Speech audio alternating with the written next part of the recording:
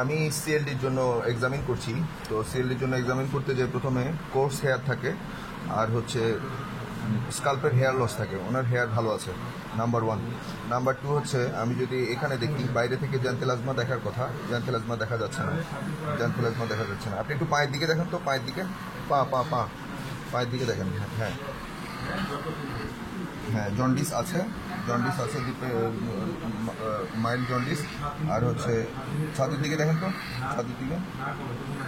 হ্যাঁ, এনিমিয়াও আছে। সিএলডিতে এনিমিয়া হওয়ার কারণ হচ্ছে ভেরিসিয়াল ব্লিডিং, তারপর হচ্ছে কনজেস্টিভ গ্যাস্ট্রোপ্যাথির জন্য ম্যালঅ্যাবজর্পশন, অথবা অথবা অথবা হচ্ছে রেক্টাল ব্লিডিংয়ের জন্য, যেটা হচ্ছে হ্যামোরয়েড হয়।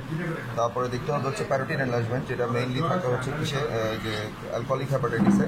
ওনার কোনো প্যারোটিন এনলার্জমেন্ট আমি দেখতে পাচ্ছি না, ওনার কোনো প্যারোটিন এনলার্জমেন্ট দেখতে পাচ্ছি না। আমি সার্ভাইকাল লিম্ফ নোডটা দেখার কথা, এটা পরে দেখবো। আমি এখানে দেখতে পাচ্ছি হচ্ছে একটা স্পাইডার অ্যানজিওমা, স্পাইডার অ্যানজিওমা। এটা চাপ দিলে এটা ব্ল্যাঞ্চ করে, কিন্তু আবার রক্তটা ফিরে আসে। এই যে আমি দেখাই, এটা চাপ দিলে দেখা যাচ্ছে না, কিন্তু ছেড়ে দেওয়ার পর রক্তটা ফিরে আসে। চাপ দিলে হারিয়ে যাচ্ছে, ছেড়ে দিলে রক্তটা ফিরে আসে। এটা একটা ক্লাসিক্যাল স্পাইডার অ্যানজিওমা। তারপরে আমার দেখার কথা হচ্ছে যে স্পাইডার অ্যানজিওমার পরে দেখার কথা হচ্ছে যে গাইনোকোমাসিয়া।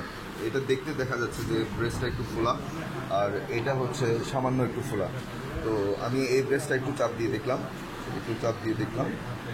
দেখা যাচ্ছে যে হ্যাঁ ঠিক আছে, ব্রেস্ট টিস্যু আমার হাতের নিচে লাগছে, সুতরাং এটা হচ্ছে যে গাইনোকোমাসিয়া। তারপরে আমি দেখবো হচ্ছে হেয়ার লস।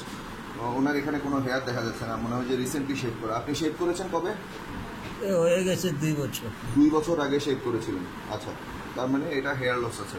তারপরে হচ্ছে আমার এখানে একটা স্পাইডার, এখানে একটা ছোট স্পাইডার দেখা যাচ্ছে। আমি যদি চাপ দিই তাহলে এটা ব্ল্যাঞ্চ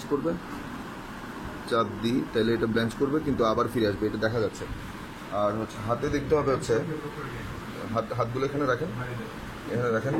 আমার দেখার কথা হচ্ছে 2টা জিনিস। একটা হচ্ছে যে হাতে দেখার কথা হচ্ছে লিউকোনাইকা, যেটা এখানে আছে, লিউকোনাইকা আছে। তারপর দেখার কথা হচ্ছে ক্লাবিং। ওনার, আপনারা দেখতে পাচ্ছেন ওনার ক্লাবিং নাই, ক্লাবিং দেখার কথা ছিল।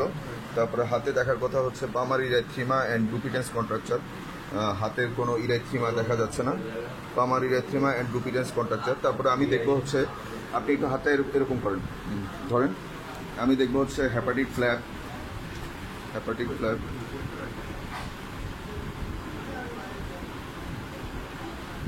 না, ওনার কোনো ফ্ল্যাপ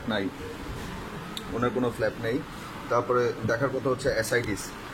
এটা আপনারা হয়তো দেখতে পাচ্ছেন যে এটা হচ্ছে tense ascites. Abdomen is hugely distended. Flank is full, skin is tense and shiny. The umbilicus, there is no transverse slit or horizontal slit, and umbilicus is slightly everted. Umbilicus is slightly everted.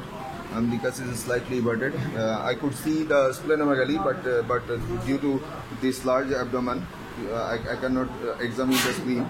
And hepatomegaly in case of hepatocellular carcinoma with CLD, or hepatomegaly due to primary biliary cirrhosis and alcoholic cirrhosis, hemochromatosis, এই তিনটাতে হচ্ছে liver enlargement পাওয়া যায়। তারপরে আমি দেখবো হচ্ছে pubic hair. ওনার এখানে pubic hair sufficiently loss আছে। তারপরে আমি দেখবো হচ্ছে টেস্টিকুলার অ্যাট্রফি। ওনার টেস্টিসগুলো অ্যাট্রোফাইড, ছোট টেস্টিস আছে।